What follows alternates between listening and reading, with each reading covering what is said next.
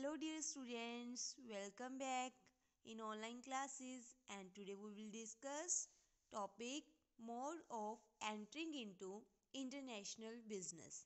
That how can we do an international business?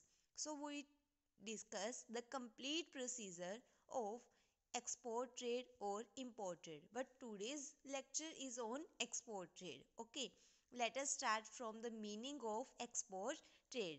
That export trade refers to selling goods. Export trade का meaning है selling goods and services produced in the home country. जो भी goods हमारी home country में ready होती हैं उनको sale करना. ओके कहाँ सेल की जाती है? विद इन इंडिया नहीं, जोग्राफिकल लिमिट मतलब कोई बाउंड्री नहीं, कोई लिमिट नहीं, किसी अदर कंट्री में सेल करना ही क्या है? एक्सपोर्ट ट्रेड है. Export trade refers to selling goods and services produce in the home country to foreign country और अक्रॉस द बॉर्डर्स. जब हम बॉर्डर से क्रॉस दूसरी कंट्री में सेल करते हैं तो वही टर्म होती है export trade. The seller of such goods and services is known as export. जो पर्सन सेलिंग करता है वो होता है exporter. That goes to exporter and the buyer of that goods is known as importer. Okay, now what are the objectives? Objectives are first is to sell surplus goods. हमारा motive क्या है?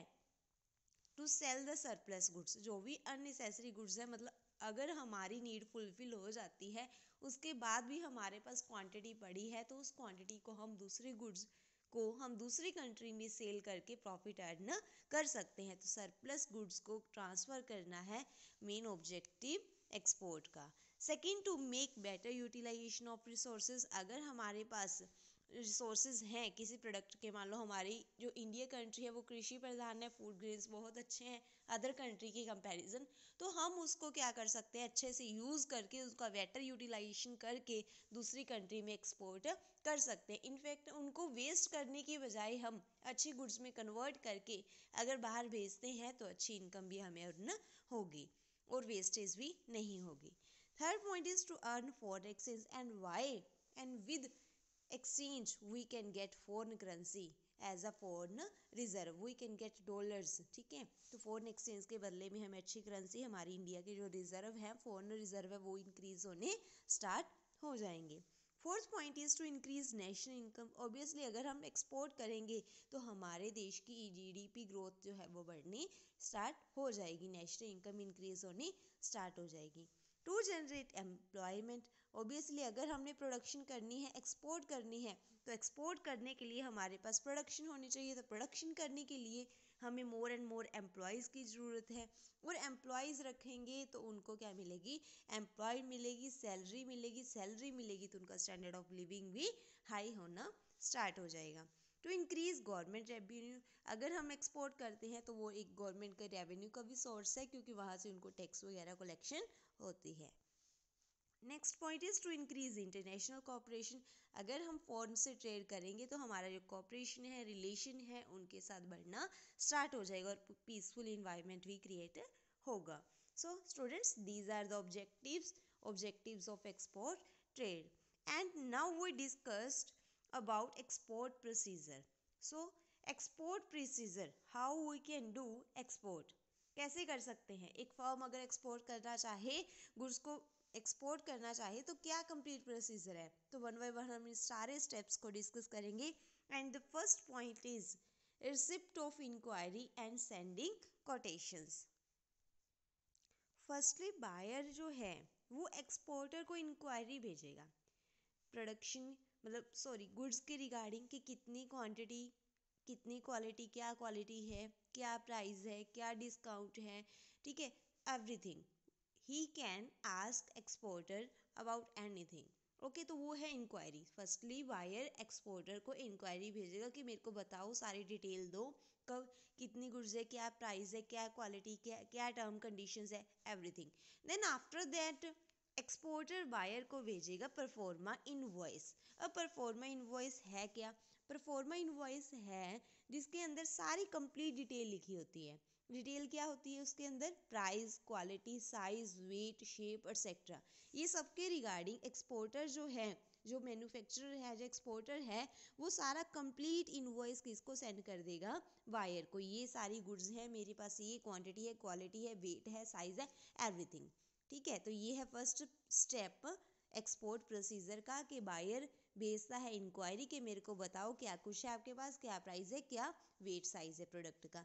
फिर exporter उसको भेजेगा proforma invoice. Okay, तो यहाँ पे हमारा फर्स्ट पॉइंट कंप्लीट होता है। सेकंड पॉइंट है रिसिप्ट ऑफ ऑर्डर और इंडेंट। अगर अगर जो बायर है वो सेटिस्फाइड हो गया, ठीक है, if buyer is satisfied then he give order to the exporter. Exporter को ऑर्डर भेज देगा, और या फिर इंडेंट भी बोलते हैं, ऑर्डर को इंडेंट भी बोलते हैं। इंडेंट का मीनिंग है जिसके अंदर सारा डिटेल लिखा होता है कि मेरे को ये चाहिए, इतनी चाहिए, ये चाहिए, ये पैकेजिंग होनी चाहिए, ये कंडीशंस है, एवरीथिंग। ओके, तो बायर एक्सपोर्टर को क्या भेजता है यहाँ पे, सेकंड स्टेप में इंडेंट सेंड करता है। Now the third point is assessing importers credit worthiness. Credit worthiness का मतलब कि मेरी पेमेंट कर देगा कि नहीं, ठीक है ना। एक्सपोर्टर ये चेक करेगा कि मैं गुड्स इसको ट्रांसफ़र तो कर रहा हूँ, बट क्या ये मेरी पेमेंट करेगा या नहीं, ठीक है। तो क्या करेगा बायर जो है, बायर एक्सपोर्टर को लेटर ऑफ क्रेडिट भेजेगा। लेटर ऑफ क्रेडिट में क्या है कि मेरे को क्रेडिट में तुम ये गुड्स सेंड कर दो, मैं तुम्हें बाद में गुड्स ट्रांसफ़र कर दूंगा।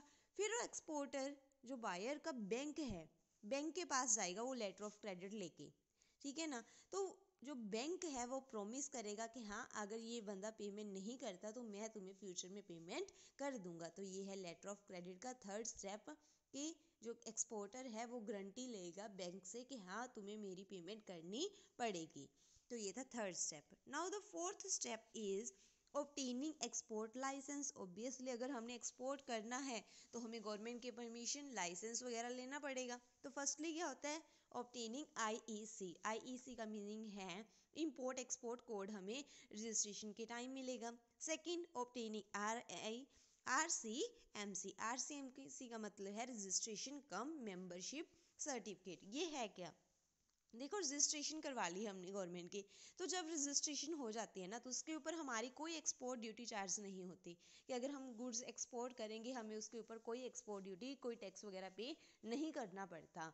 तो ये है आरसीएमसी, क्योंकि हमने अपनी मेंबरशिप ही करवा ली कि हम फ्यूचर में भी सेल परचेज करेंगे।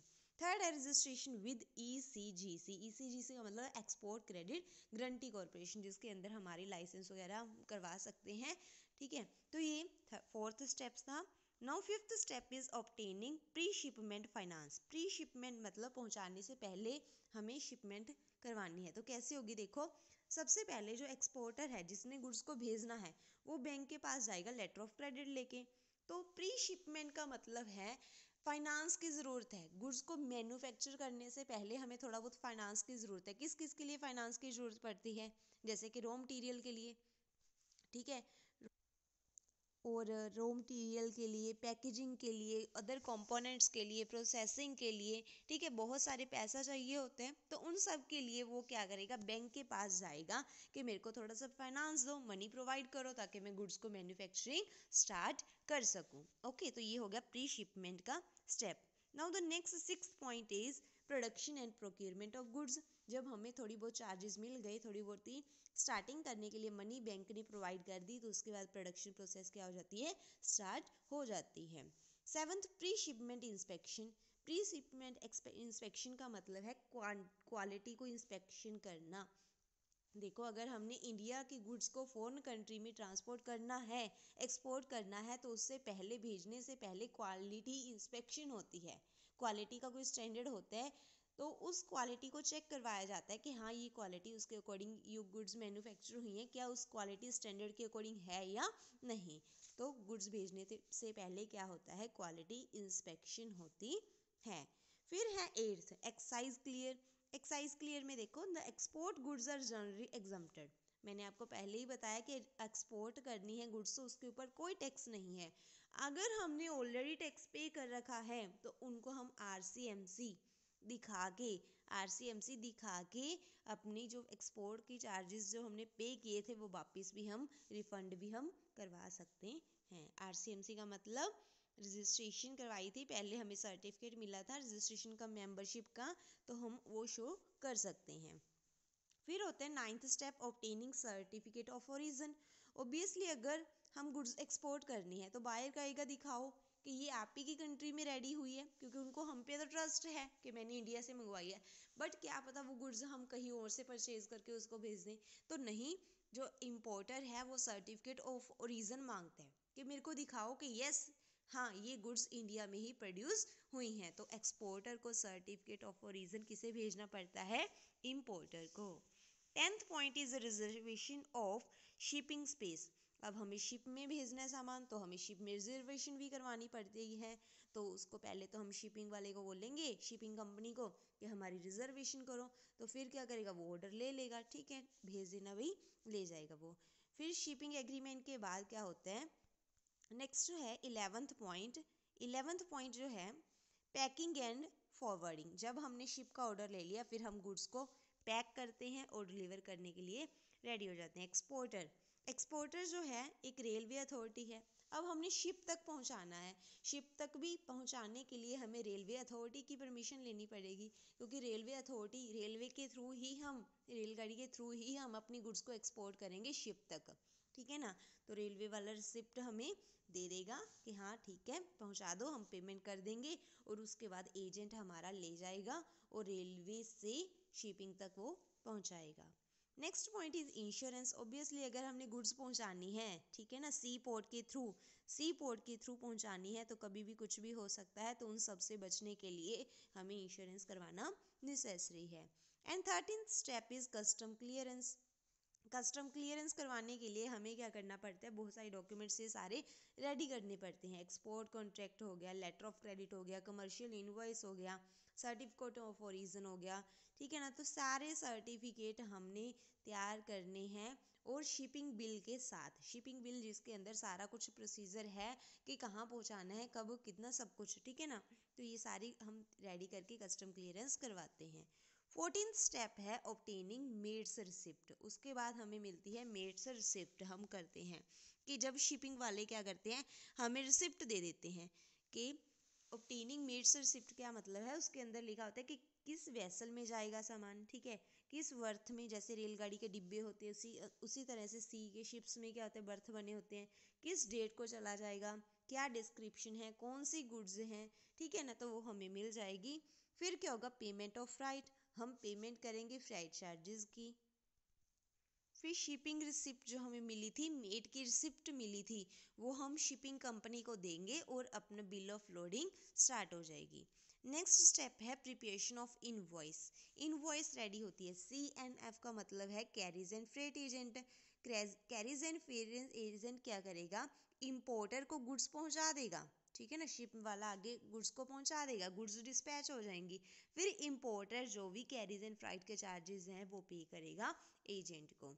फिर है सिक्योरिंग पेमेंट्स। ऑब्वियसली जब गुड्स को इंपोर्ट एक्सपोर्ट कर दिया गया, सारे डॉक्यूमेंट्स एक्सपोर्टर इंपोर्टर को भेज देगा, और इंपोर्टर अपनी पेमेंट बैंक को देगा, फिर बैंक वाले पेमेंट किसको कर देंगे, एक्सपोर्टर को। ओके, तो ये है कंप्लीट प्रोसीजर, एक्सपोर्ट प्रोसीजर। तो आपने कंप्लीट टॉपिक इसी तरह से लर्न करना है। ओके, और इसके अच्छे से नोट्स रेडी करने हैं, ऐसे ही नहीं कि कोई पॉइंट आप स्किप कर सकते हो, नहीं, 17 के 17 पॉइंट्स ही आपने लर्न करने हैं। ओके, ये प्रोसीजर है, स्टेप बाय स्टेप है, तो हम कोई भी पॉइंट इसमें से स्किप नहीं कर सकते। Okay, thank you.